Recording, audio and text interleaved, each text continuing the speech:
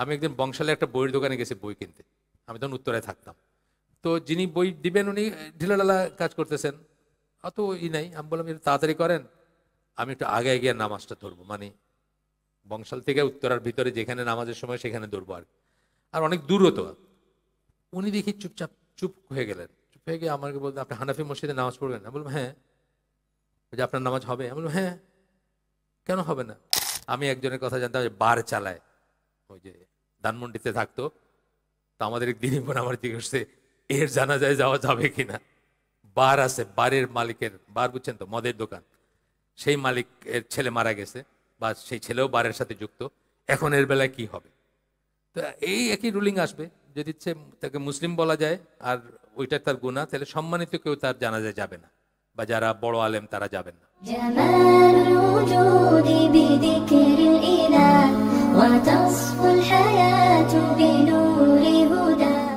এইখানে ছোট্ট একটা কথা, এইটা একটা ফুট নোট, কিন্তু তারপর আমি পড়া উচিত এই জন্য যে আমাদের ভিতর অনেকের কনফিউশন আছে এটা নিয়ে। সেটা হচ্ছে ruling on praying behind followers of বিদা। বিদাতের অনুসারীদের পিছনে নামাজ পড়ার রুলিংটা কি? It should be noted that the opinion of Ahlus Sunnah on this issue may be summed up as follows. Ahlus Sunnah জামার যে এটা নিয়ে যে মতামত, সেটাকে এই ফলোইং সামারাইজ করা যায়, বা যদি আমরা সারমর্ম বলি তাহলে এটা দাঁড়ায়। It is not permissible to pray behind a kafir or an apostate. প্রথম কথা হলো কাফের বা মুরতাদ যাকে জানি আমরা, তার পিছনে নামাজ পড়া যাবে না। আচ্ছা, not praying behind one whose case is unknown and whose Aqidah is unknown is a bidah, which was not suggested by any of the Salaf. কিন্তু যাকে আপনি জানেন না যে সে কাফের কিনা, সে মুরতাদ কিনা, এরকম কোনো প্রমাণ নাই, জানেন না আপনি। One whose case is unknown, অজানা, জানেন না, একটা মসজিদের পাশে গাড়ি দাঁড় করাইছেন, নামাজের সময় নামাজ দাঁড়ায় গেছে, সেই অবস্থা। অ্যান্ড হুজ আকিদা ইজ আননোন, বা তার আকিদা সম্বন্ধে আপনি আসলে জানেন নাকি, তার পেছনে না পড়াটা হচ্ছে বিদাত। নামাজ না পড়াটা হচ্ছে বিদাত, which was not suggested by any of the salaf. সালাফরা কখনো এটা বলেন নাই। এখানে আমার একটা ব্যক্তিগত জীবনের একটা এক্সপিরিয়েন্সই করি, ভিতরে যেখানে নামাজের সময় সেখানে দৌড়বো আর অনেক দূরও তো। উনি দেখি চুপচাপ চুপ হয়ে গেলেন, চুপ হয়ে গিয়ে আমাকে বলতেন আপনি হানাফি মসজিদে নামাজ পড়বেন? আমি বললাম হ্যাঁ। যে আপনার নামাজ হবে? আমি বললাম হ্যাঁ। কেন হবে না? মানে এটা হচ্ছে আরেকটা এক্সট্রিম যাদের কথা বলতেছেন আর কি। সুতরাং এই পয়েন্টটা এই জন্য নিয়ে আসছেন। আমি তো ডক্টর সাইফুল্লাহ, ডক্টর মঞ্জুরুল্লাহি, আকরামুজ্জামান আব্দুল সালাম, রফিকুল ইসলাম মাদানী, আব্দুল্লাহ জাহাঙ্গীর, সবার সাথে ট্রাভেল করছি। যেখানে নামাজের সময় হয়েছে, যেখানে সুবিধা হয়েছে সেখানে নামাজ পড়ছে। ব্যাটারি জিজ্ঞেস করে নাই তুমি কি তুমি কি আছে না, মানে তুমি কে, তুমি কোন আকিদা, কোন মানহাজ, তুমি কি এরকম করো, তুমি কি রাফিয়াদান করো নাকি করো না, সেটা জিজ্ঞেস করে আমরা দাঁড়াই নাই, নামাজের সময় দাঁড়াইছি আমরা। আচ্ছা, the prohibition on praying behind an innovator is aimed at fighting his bidah and putting people off from it. But if it so happens that person prays behind the innovator, his prayer is still valid. আমরা কেন বেদাতীদের পিছনে নামাজ পড়তে চাই না, বা given a choice, আমাদের choice থাকলে কেন পড়ি না, সেই জন্য বিদাতটা ছেড়ে দেয়, তাকে বোঝানোর জন্য, তাকে অন্যদেরও এবং তাকেও কনসিয়াস করার জন্য। কিন্তু আমরা যদি কখনো পড়ি, আমাদের সালাত ভ্যালিড, এই হচ্ছে কথা। এটা আমরা মনে রাখবো যে আমাদের সালাত ভ্যালিড, যদি সে কুফর, কাফের না হয়, অথবা মুরতাদ না হয়, মানে ইসলাম থেকে বের হয়ে গেছে, অ্যাপোস্টেট সেটা না হয়। এইখানে আমাদের অনেকের কিন্তু একটা চরমপন্থা আছে, আমাদের ভিতরে অনেকের চরমপন্থা আছে।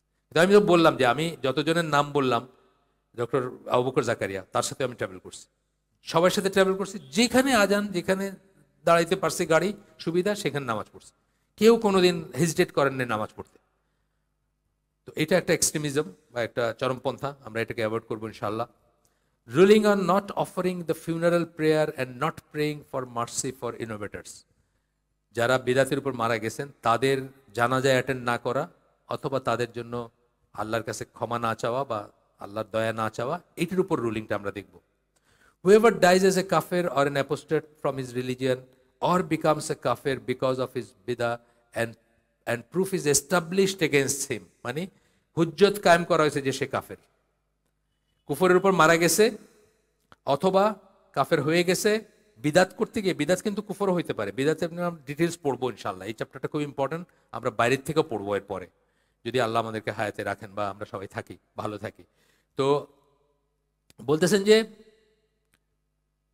যার এগেনস্টে ইন্ডিভিজুয়ালি হুজ্জত কায়েম করা হয়েছে সেরকম কেউ, ইট ইজ নট পারমিসিবল, তা যদি হয় যে সে কাফের হিসাবে হুজ্জত কায়েম করা হয়েছে, সে কাফের হিসাবে মারা গেছে, হ্যাঁ, অথবা মুরতাদ হয়ে গেছে, তাহলে তার জানাজা পড়বেন না। অর প্রে ফর মার্সি, অথবা তার জন্য ক্ষমা চাবেন না আল্লাহর কাছে সে মরে গেলে, এটা এটা ঠিক আছে। However dies as a sinner or he was committing an innovation, বেদাত করছে অথবা কোন একটা গুনাহ করছে, বিদাত করছে, কিছু বিদাত ছিল, কিছু মানে মিক্সড আর কি, আমাদের দেশের ম্যাক্সিমাম মানুষই সেই ক্যাটাগরিতে হয়তো পড়বে আর কি, তার কথা বলতেছেন। কিন্তু যা তাকে ইসলামের বাইরে বের করে দেয় না, মানে ইসলাম ত্যাগ করে নাই সেরকম, it is prescribed for the ruler and influential scholars not to offer the funeral prayer for him as admonition to the people. যারা বিদাতের উপর মারা গেছে, নন বিদাতি, নন ডেভিয়েন্ট, তাদের জন্য ইনফ্লুয়েন্সিয়াল মানুষ যারা, বড় স্কলার যারা অথবা শাসক যারা, তারা জানাজা পড়বে না, কিন্তু জেনারেল মানুষরা পড়বে। যেমন আল্লাহ রসুল সাল্লাম কেউ ধার রেখা মারা গেলে তার জানাজা পড়তেন না, কেউ ধার কর্য রেখা মারা গেলে প্রথম দিকে তার জানাজা পড়তেন না। পরের দিকে যখন মুসলিমদের মানে কোষাগার হইলো, ট্রেজারি হইলো, তখন অনেক সময় ট্রেজারির থেকে সেই ধারটা মিটাই দেওয়া হইতো এবং তখন জানাজা পড়তেন, কিন্তু প্রথম দিকে পড়তেন না, বা নিজে না পড়ে অন্যদের বলতেন তোমরা পড়ো, সেরকম ব্যাপার আর কি। কেন বললেন as admonition to the people, so as to warn them against the sin and বেদাত। কেন? অন্য মানুষকে বোঝানোর জন্য যে যারা বিদাতি বা যারা পাপী তাদেরই সে বড় আলেম বা মানে যারা যারা যাওয়াটা খুব সম্মানের ব্যাপার, তারা যাবেন না। আচ্ছা, but that does not mean that everyone is forbidden to pray. এটার মানে এটা না যে আমাদেরকে নিষেধ করতেছেন আমরা জানাজা পড়বো না বা আমরা করবো না, সেটা না কিন্তু। Rather, offering the funeral prayer and making dua for him is a communal obligation, ফরজে কিফায়া। তার জানাজা পড়া এবং তার জন্য দোয়া করা ফরজে কিফায়া, বিদাতের উপর মুসলিম বলা গেলেই আর সোজা কথা। As long as he did not die as a kafir, যতক্ষণ আমরা জানতেছি যে সে কাফির হিসাবে মারা যায় নাই। And one of those who are judged to be doomed to abide in hell for eternity, মানে সারা চির জাহান্নামে, এটা যদি না জানি, মিনিং কাফের যদি না জানি বা মুরতাদ যদি না জানি, তাহলে আমাদের উচিত তার জানাজা পড়া, এটা ফরজে কিফায়া, এবং তার জন্য দোয়া করা। তবে সম্মানিত লোকরা, রাষ্ট্রযন্ত্রের হায়েস্ট অর্ডারে যারা আছেন অথবা বড় আলেম যারা, তারা যদি সে নাম করাই হয়, ধরেন সে, আমি একজনের কথা জানতাম যে বার চালায়, ওই যে ধানমন্ডিতে থাকতো, তো আমাদের একদিনই পর আমার জিজ্ঞেস করছে এর জানাজায় যাওয়া যাবে কিনা। বার আছে, বারের মালিকের, বার বুঝছেন তো, মদের দোকান, সেই মালিকের ছেলে মারা গেছে বা সেই ছেলেও বারের সাথে যুক্ত, এখন এর বেলায় কি হবে? তো এই একই রুলিং আসবে, যদি তাকে মুসলিম বলা যায় আর ওইটা তার গুনাহ, তাহলে সম্মানিত কেউ তার জানাজায় যাবে না, বা যারা বড় আলেম তারা যাবেন না।